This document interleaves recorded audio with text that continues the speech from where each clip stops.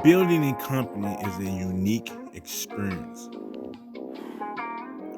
It shows us the potential of our dreams and the ability to transform that potential into something great if we simply have the courage to take a shot. For this, I am thankful.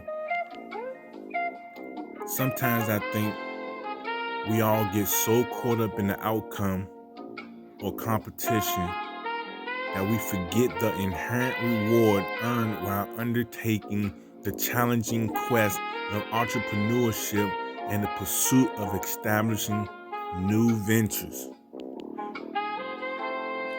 Life is in stages, and for every step we obtain, we want to succeed. Success is not as difficult as we think, although the road may be rough. In achieving success, you need to be determined and intentional about it. Success does not happen by mistake, and one needs to be pacific. On this road to win, you may be discouraged because of failures and hurdles. Success is not a journey for everyone. It's a journey only for the people who are ready for it. When there's a will, there's a way. So the first thing to start with is to make a commitment that you want to achieve your goals.